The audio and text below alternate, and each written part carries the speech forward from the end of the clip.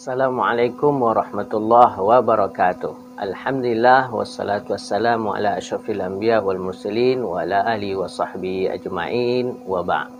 Kaum muslimin, kaum muslimat yang berbahagia, ya, selamat berjumpa di video ini. Mudah-mudahan kita diberkahi oleh Allah dan kita juga mengungkapkan kecintaan kita kepada Nabi Muhammad SAW tentunya dengan bersalawat dan mengucapkan salam kepada beliau.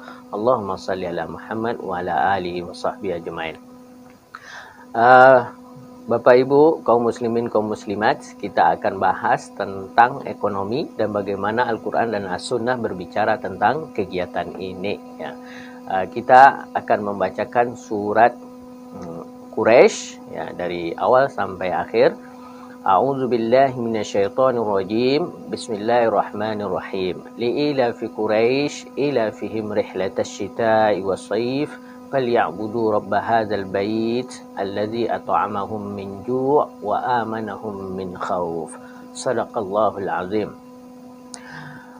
Kaum muslimin, kaum muslimat yang berbahagia, surat ini menceritakan tentang, ya, bagaimana Allah menjadikan kegiatan perjalanan di musim dingin dan musim panas orang Quraisy, yaitu perjalanan perdagangan, itu harus dijadikan sebab utama untuk menyembah Allah Tabaraka wa Ta'ala. Dalam arti kata, ya, ketika penghambaan kepada Allah dijadikanlah, ya, sebabnya adalah perdagangan, maka dengan sendirinya perdagangan itu memiliki sebuah posisi yang sangat luar biasa di sisi Allah Subhanahu wa Ta'ala. Nah, dalam ayat ini Allah, ya, menjadikan, ya, perjalanan ini adalah sesuatu karunia. Karunia berarti sangat berarti. Ya, perjalanan dagang yang dilakukan ke Syam dan Yaman, ya, yang resikonya adalah kematian di musim panas ataupun di musim dingin, itu sanggup dihadapi oleh orang Quraisy, ya, demi apa? Melaksanakan sebuah, ya, kegiatan, yaitu perdagangan, membawa sumber daya alam dari Mekah, yang menuju Syam, dan membawa sumber daya alam dari Mekah menuju Yaman, ya, sehingga ini sangat membantu kegiatan ekonomi secara internasional waktu itu. Nah, orang Yaman tak perlu lagi ke Syam dan orang Syam tak perlu lagi ke Yaman. Baik Bapak Ibu, ya, di sini, ya, kita sangat, ya, kaget ketika dagang itu diungkapkan dalam ayat yang sangat suci sekali. Kalimat yang sangat suci sekali yang turun dari langit dan menjadi kalamullah. Sedang kalamullah itu adalah sesuatu yang sangat suci dan kesuciannya sama dengan zat Allah Subhanahu wa Ta'ala. Maka bagi Bapak Ibu yang berada dalam kegiatan perdagangan ini, itu betul-betul menjadi sebuah kebanggaan, karena perdagangan dijadikan oleh Allah alasan yang kuat untuk hanya menyembah Allah yang Maha Esa. Baik, kaum muslimin, kaum muslimat yang berbahagia, ya, nampaklah oleh kita, ya, kegiatan ekonomi itu adalah sesuatu yang tidak menjadi asing di dalam pembicaraan orang yang taat kepada Allah Subhanahu wa Ta'ala.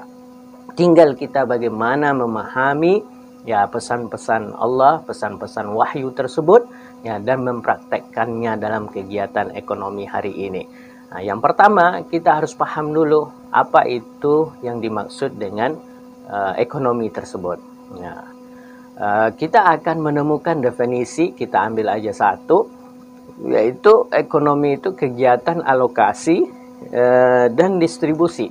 Jadi kita alokasikan, kita tentukan jumlah dulu, ya, berapa sumber daya alam, contoh, yaitu beras berapa yang dibutuhkan oleh masyarakat Kampar, maka dihitunglah jumlahnya, kemudian disediakanlah sebanyak itu. Kemudian bagaimana mendistribusikan beras itu sampai kepada yang memerlukan. Ya. Jadi kegiatan ini adalah kegiatan ekonomi. Ya. Tentu kita paham ya bahwa kegiatan ekonomi seperti ini, apalagi berhubungan dengan pemenuhan kebutuhan pokok sebagai manusia, maka tidak bisa dipisah dengan ya wujud kemanusiaan atau wujud manusia itu di atas bumi, dan itu semua berguna adalah untuk menghamba kepada Allah Subhanahu wa taala. Maka Bapak Ibu, bisakah kita memisahkan antara ekonomi dengan al-Islam? Tentu tidak. Dan ini maknanya kita tidak akan bisa memisahkan diri kita dengan dunia.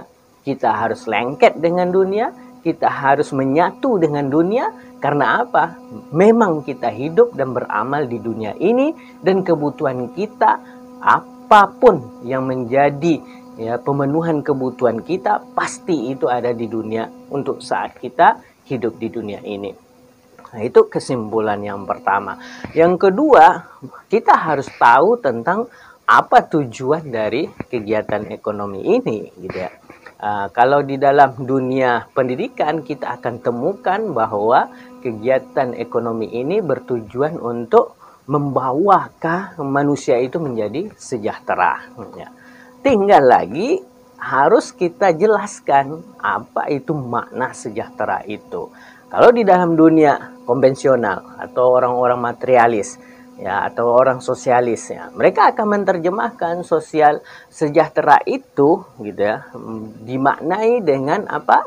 Dengan materi gitu ya. Bahwa barang siapa yang memiliki materi, maka dia sejahtera. Tambah banyak materi yang dia miliki, maka tambah tinggilah kesejahteraannya. Maka otomatis ini membawa sebuah kesimpulan bagi siapa yang tidak memiliki materi atau boleh dikatakan dengan harta gitu ya, yang menjadi pemenuhan dasar pemenuhan kebutuhan kita. Barang siapa yang tidak memilikinya atau kurang memilikinya, berarti dia tidak sejahtera. Nah, ini definisi orang-orang yang berprinsip ya, dengan sistem materialistis atau nantinya sosialis gitu ya. Nah, bagaimana dengan Islam menerjemahkan kesejahteraan ini? Ini sangat perlu. Karena apa? Ketika definisi kita itu beda, tentu ya, dia akan menuntut sebuah sikap yang berbeda pula di dalam memenuhi pendefinisian ini. Nah, sejahtera dalam al-Islam, kita ambil nantinya kata-kata yang biasa dipakai di dalam wahyu tentunya, bahwa kesejahteraan ini sering diistilahkan dengan al-falah ya, yaitu diambil dari kata falaha, yaitu orang beruntung, yaitu orang-orang yang sukses gitu ya. Kalau kita lihat di dalam ayat surah Al-Baqarah itu ulaika humul muflihun, mereka-mereka itulah yang menjadi orang-orang yang sukses. Siapakah mereka? Ya, orang-orang sukses ini yang jelas kita lihat dari awal ya atau ayat-ayat sebelumnya ini menjelaskan semuanya berada di dalam kerangka ya amal yang sesuai dengan kehendak Allah Subhanahu wa taala. Maka dapat kita simpulkan bahwa kesejahteraan yang didefinisikan dalam Islam itu adalah amalus shalihat. Ya, amalus shalihat yaitu amal-amal yang soleh ya. Disinilah yang harus kita tekankan gitu ya. Ketika seseorang sanggup melaksanakan amal soleh, maka di saat situlah dia itu adalah orang-orang yang sejahtera. Orang-orang yang sukses adalah orang-orang yang sanggup melaksanakan ya amal-amal soleh.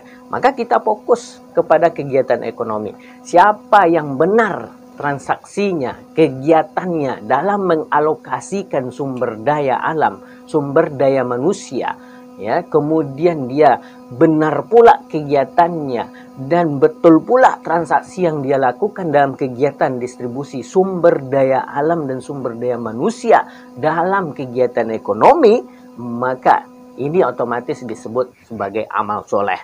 Maka jangan bersedih hati Bapak Ibu yang sibuk dengan kegiatan dagang, sibuk dengan pertanian, sibuk dengan produksi, sibuk dengan nantinya kegiatan-kegiatan bisnis yang lainnya.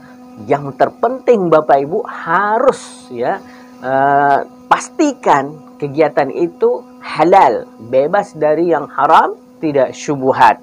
Dan semua transaksi-transaksinya itu betul-betul juga bebas dari transaksi yang diharamkan, seperti riba dan juga judi, gharar, dan juga kezaliman-kezaliman yang tentunya semuanya memiliki dalil wahyu Al-Quran dan Sunnah yang harus kita pahami secara jelas.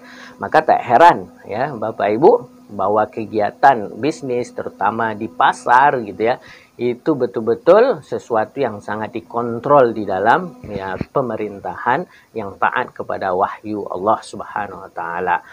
Baik Bapak Ibu, itu dulu untuk menjelaskan tentang definisi apakah itu ya yang dimaksud dengan ekonomi dan bagaimana Al-Islam memandang ya ekonomi ini ya, sehingga kita bisa memposisikan ya bahwa ekonomi itu betul-betul merupakan bukti keimanan dan penghambaan kita yang tulus kepada Allah Subhanahu wa taala.